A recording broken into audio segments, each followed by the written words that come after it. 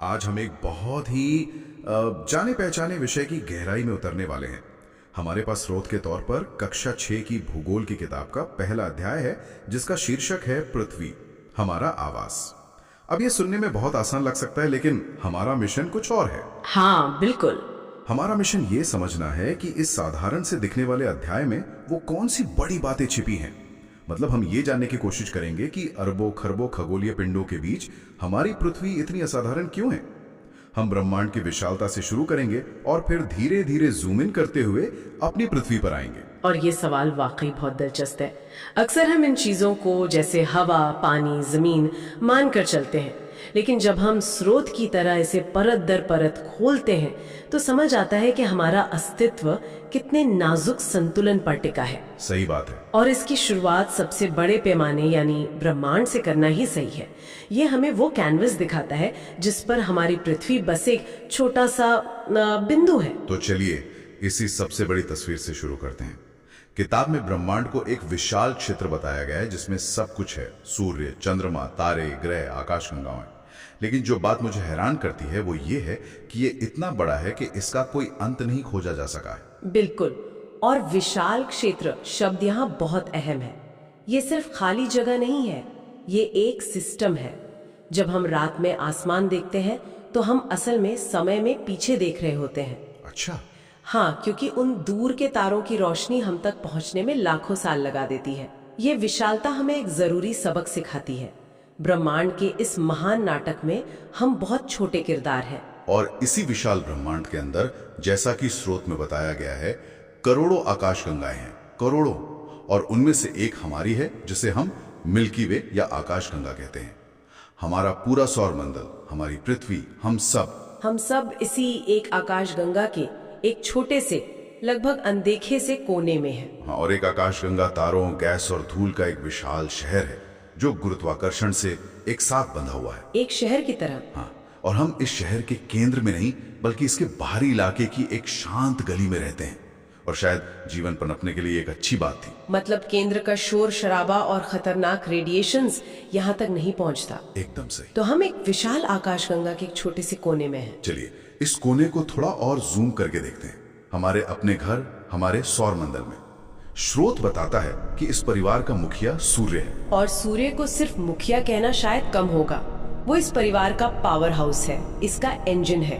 किताब इसे एक तारा कहती है और यह महत्वपूर्ण है क्योंकि तारे अपनी ऊर्जा खुद बनाते हैं और इसी से हमें प्रकाश और गर्मी मिलती है। बिल्कुल, यही ऊर्जा पृथ्वी पर जीवन की गाड़ी को चलाती है। इसके बिना हमारा ग्रह बस एक बर्फ का ठंडा और अंधेरा गोला होता। और इस सौर परिवार में सूर्य के अलावा 8 ग्रह हैं। स्रोत में जो सूची है, बुध, शुक्र, पृथ्वी और मंगल। और फिर बृहस्पति, शनि, अरुण और वरुण। इनमें कोई खास पैटर्न है क्या? हाँ, ये एक बहुत अच्छा सवाल है। स्रोत में सिर्फ सूची है, लेकिन इसके पीछे एक पैटर्न है। पहले 4 ग्रहों को स्थलीय या चट्टानी ग्रह कहा जाता है। वे छोटे, ठोस और घने हैं। हमारी पृथ्वी इसी समूह में है। अच्छा। और बाकी के 4 बाहरी ग्रह गैसीय दानव हैं। वो बहुत बड़े हैं और ज्यादातर गैस और तरल से बने हैं। ये एक तरह से सौर मंडल का बंटवारा है। और शायद जीवन के लिए किसी चट्टानी ग्रह पर होना, मतलब एक ठोस जमीन का होना जरूरी था। हाँ, बहुत हद तक। और स्रोत ये भी कहता है कि ये सभी ग्रह सूर्य के चारों ओर अपनी निश्चित कक्षा में घूमते हैं। निश्चित कक्षा? हाँ, ये 2 शब्द सौर मंडल के बारे में सबसे जरूरी बात बताते हैं। इसका मतलब है कि यहाँ एक व्यवस्था है, एक अनुशासन है। आप इसे एक बहुत बड़े ट्रैफिक सिस्टम की तरह सोच सकती हैं, जहाँ हर ग्रह की अपनी एक लेन है। बिल्कुल, और वो अरबों सालों से उसी लेन में चल रहा है। बिल्कुल। अगर ये व्यवस्था ना होती तो ग्रह एक दूसरे से टकरा सकते थे और हर तरफ अराजकता फैल जाती। इसी स्थिरता ने पृथ्वी को अरबों साल दिए ताकि यहाँ जीवन धीरे धीरे विकसित हो सके। तो ये एक बहुत ही व्यवस्थित, स्थिर परिवार है। अब यहाँ कहानी और भी दिलचस्प हो जाती है। इन 8 ग्रहों में से सिर्फ पृथ्वी ही है जहां हम जानते हैं कि जीवन है। स्रोत यही सवाल उठाता है, ऐसा क्यों है? और इसका जवाब एक शब्द में नहीं है, बल्कि कई चीजों के एक सटीक मिश्रण में है। स्रोत 4 मुख्य कारण बताता है: पानी, हवा, सही तापमान और मिट्टी।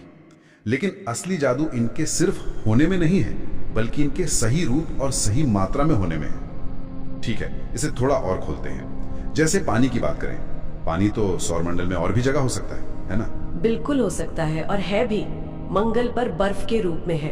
बृहस्पति के चांद यूरोपा पर बर्फ की मोटी चादर के नीचे एक विशाल महासागर होने का अनुमान है। तो पृथ्वी पर क्या अलग है? पृथ्वी पर असली जादू ये है कि यहाँ पानी तरल रूप में मौजूद है, और वो भी विशाल महासागरों के रूप में। ये तभी संभव है जब ग्रह अपने तारे से एक खास दूरी पर हो, जिसे गोल्डीलॉक्स जोन कहते हैं। गोल्डीलॉक्स जोन मतलब न बहुत गर्म न बहुत ठंडा। बिल्कुल सही। एक ऐसा जोन जहां तापमान न इतना ज्यादा हो कि पानी भाप बन जाए जैसा शुक्र पर हुआ, और न इतना कम कि पानी जम जाए जैसा मंगल पर है। पृथ्वी ठीक उस सही जगह पर है। वाह! और इस तरल पानी का क्या कोई और भी फायदा है? बहुत बड़ा फायदा है। ये विशाल महासागर पृथ्वी के लिए एक विशाल थर्मोस्टैट की तरह काम करते हैं। वे दिन में गर्मी सोखते हैं और रात में उसे धीरे धीरे छोड़ते हैं, जिससे ग्रह का तापमान स्थिर रहता है। अच्छा, तो ये तापमान को बहुत ज्यादा ऊपर नीचे होने से रोकता है। एकदम। तो ये सिर्फ पानी का होना नहीं, बल्कि उसका तरल महासागरों के रूप में होना है, जो पृथ्वी को जीवन के लिए इतना अनुकूल बनाता है। ठीक है, तो पहला जादुई तत्व हुआ सही जगह पर तरल पानी। दूसरा था हवा यानी वायुमंडल। इसमें क्या खास है? पृथ्वी का वायुमंडल भी दोहरी भूमिका निभाता है। पहली बात तो यह है कि इसमें सांस लेने के लिए ऑक्सीजन है, लेकिन इसका दूसरा काम और भी महत्वपूर्ण है। ये एक सुरक्षा कवच की तरह है। सुरक्षा कवच? हाँ, ये हमें सूर्य की खतरनाक पराबैंगनी किरणों से बचाता है, और साथ ही ये एक कंबल की तरह भी काम करता है, जो रात में पृथ्वी की गर्मी को अंतरिक्ष में खो जाने से रोकता है। तो हमारे पास एक थर्मोस्टैट भी है और एक सुरक्षा कवच और कंबल भी। हाँ। ये तो वाकई एक शानदार सिस्टम है, और इन सब के मिलने से ही उपयुक्त तापमान बनता है। अब समझ आया कि ये चीजें आपस में कैसे जुड़ी हुई हैं। बिल्कुल, ये अलग अलग चीजें नहीं है, बल्कि एक दूसरे से जुड़ा एक जटिल सिस्टम है, और इसी सिस्टम ने मिट्टी के निर्माण के लिए भी परिस्थितियां बनाई। इसीलिए स्रोत पृथ्वी को जीवों का आवास कहता है। अच्छा, तो पृथ्वी पर जीवन के लिए ये सारी चीजें मौजूद है। अब इन्हें समझने के लिए स्रोत पृथ्वी को 3 बड़े मंडलों में बांटता है ना? हाँ, यह वर्गीकरण हमें पृथ्वी के अलग अलग हिस्सों और उनकी भूमिकाओं को समझने में मदद करता है। यह पृथ्वी की मशीन के अलग अलग पुर्जों को देखने जैसा है। तो सबसे पहला है स्थलमंडल, मतलब पृथ्वी की ठोस सतह जिस पर हम रहते हैं, चलते हैं। इसमें पहाड़, मैदान, पठार ये सब शामिल है। हाँ, ये वो आधार है जिससे हमें संसाधन मिलते हैं।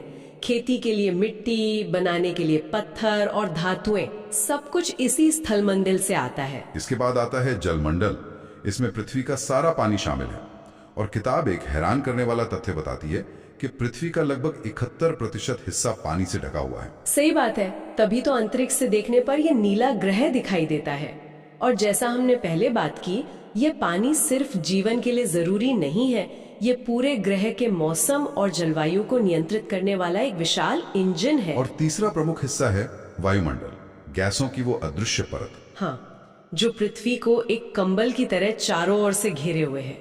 ये सिर्फ सांस लेने का जरिया नहीं है, ये हमारा स्पेस सूट है, जो हमें अंतरिक्ष के कठोर वातावरण से बचाता है। ठीक है, तो हमारे पास जमीन, स्थलमंडल, पानी, जलमंडल और हवा, वायुमंडल है। लेकिन ये तो 3 अलग अलग चीजें लगती हैं। जीवन असल में कहाँ है? स्रोत इस बारे में क्या कहता है? ये इस पूरे अध्याय का सबसे खूबसूरत आइडिया है, और इसका जवाब है जैव मंडल में। स्रोत इसे बहुत अच्छे से समझाता है कि जैव मंडल कोई अलग चौथी परत नहीं है।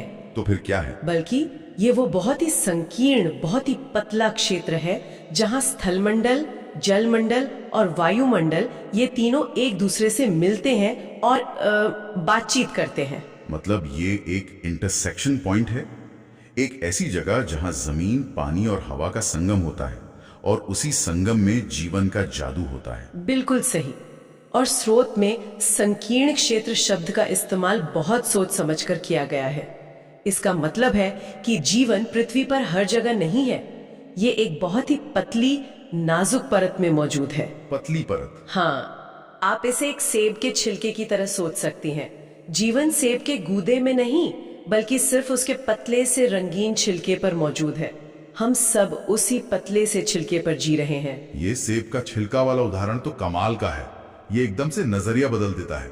हम वाकई एक बहुत ही नाजुक सतह पर जी रहे हैं। हाँ, सोचिए, एक पेड़ मिट्टी स्थल मंडल में अपनी जड़ें जमाता है, पानी जल मंडल सोखता है और हवा वायुमंडल में सांस लेता है।